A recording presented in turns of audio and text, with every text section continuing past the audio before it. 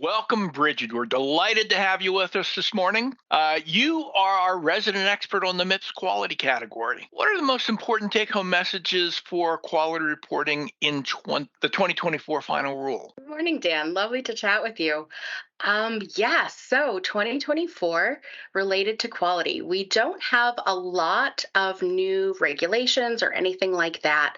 What we are seeing is a continuation of the trend in quality that we've seen in previous years, which is really around the measure inventory. We have some new measures. We have 11 new measures, 11 measures that were removed.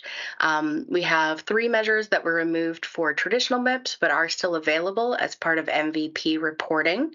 And almost 60 measures have seen some significant changes.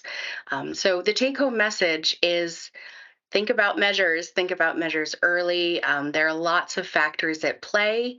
Measures have changed year to year. What was successful in previous years may need to be looked at again, and consider scoring when you're thinking about what measures make sense for your practice. Thanks, Bridget. That was very helpful. You should never assume that your measures, even if they're still available, are the same this year as they were last year.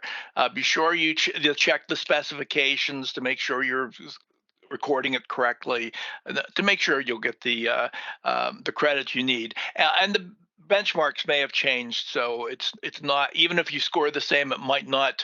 Even if you perform the same, it might not score as well as it did last year. So, Bridget, what about the basic requirements for scoring for 2024? First, what is the new performance threshold proposed to be? Or finalized that? Thank you.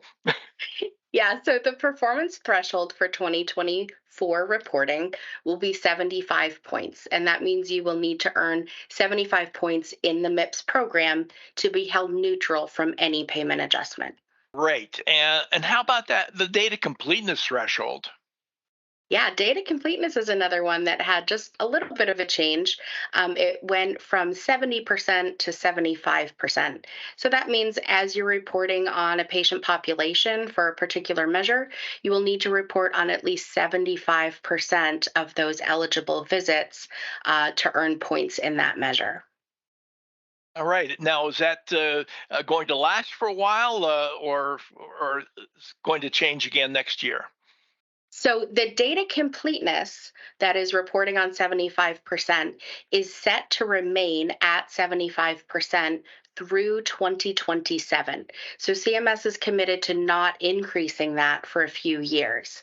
The 75 points to avoid a penalty could continue to change. We expect to see that reviewed by CMS every year annually as they move forward with this MIPS program.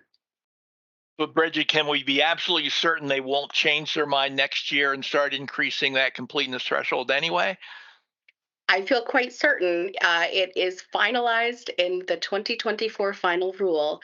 So, barring something like a health emergency, as we saw with COVID, the rules that are finalized tend to stay. So, assuming we don't have any public health emergencies, I think we can count on that 75% reporting.